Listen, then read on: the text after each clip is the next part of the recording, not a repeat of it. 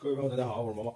然后，百胜图的 E6L 到了啊，这个机器实际上它是 E6的一个轻量化的版本啊。首先设计非常有苹果的感觉啊，但是我发现很多小伙伴呢，他会提到这个噪音啊，就是这个你一开机以后咣啷咣啷这个噪音，这个和我们的这个电机无关啊，不是电机的事儿。我今天教大家解决吧。先拆机很简单啊，这个两个点对上，这个就是安装好的，逆时针就下来了。里头这个圈是一个螺旋的，所以也要逆时针啊。我们把它拧下来。这个里头的这个合金圈是主要的一个固定用途。然后我们把调节刻度盘拿出来啊。如果你在正常使用的时候，你就要去该清理了。我还没有用过，一次都没有用过。我想准备第一次使用呢，是和大家一起。然后我们把刀盘取出，这个总体的这个位置的这个做的，我觉得还挺不错的。因为我之前已经自己做了这个处理啊，所以它不是像新的时候那么好拆，但是我还没有研磨。拿一个工具。我们继续啊，拿一个工具，轻轻啊，一定要轻轻拿出来，不要让所有这个金属件有任何的形变，一点都不要有。然后可以把你的这个，就是如果你是正常用，然后你的保养，那你就需要把你所有的这个配件啊清理干净。我呢也同样和大家一起啊清理，然后再加上重新的这个处理，然后让它的这个噪音变没啊，是可以变没的。实际上这个噪音形成的原因是我们的送料轴和轴心之间有一定的矿量啊。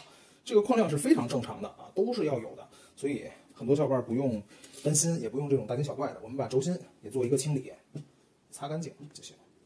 这个擦的时候呢，几种方式，因为我一次研磨都没有用过，所以我这里面非常干净，非常干净。我们可以拿一个棉签绕进去，这么清理。然后呢，如果你是研磨过的啊，它肯定会有一些咖啡粉，对吧？那怎么办？一边用刷子刷，一边用吸尘器吸，就会非常干净。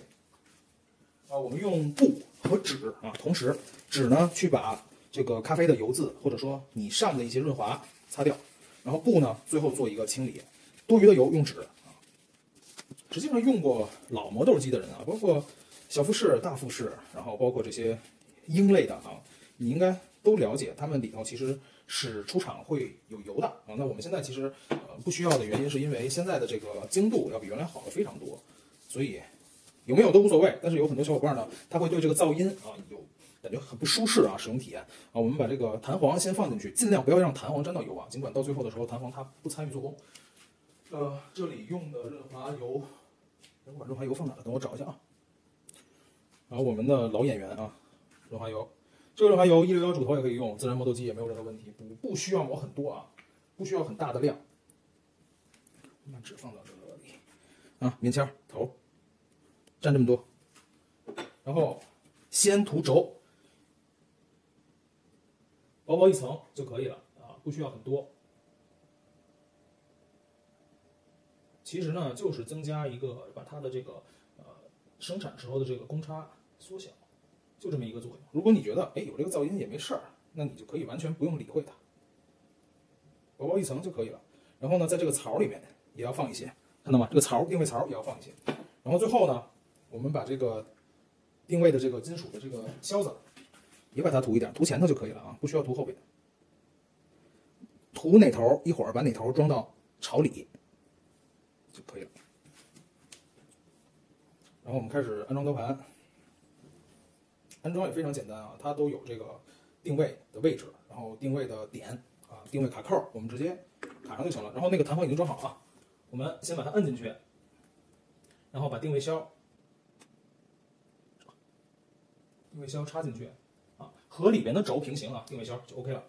然后这个时候我们拿刻度盘，两个点看到吗？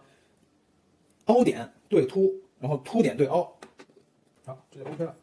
然后把这个固定环放进去，先摁住啊，然后固定环先往回拧，然后拧紧。这个有两个点，让它两个点对齐就行了。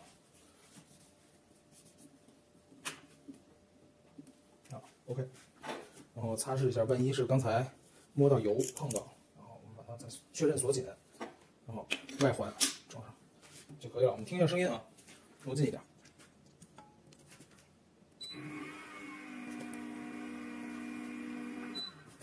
再来一次。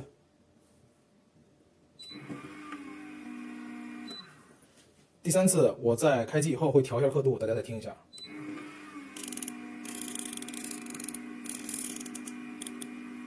好吧，就这么着就解决了啊，不是电机的事儿，好吧，搞清楚再聊，然后否则非常容易误导。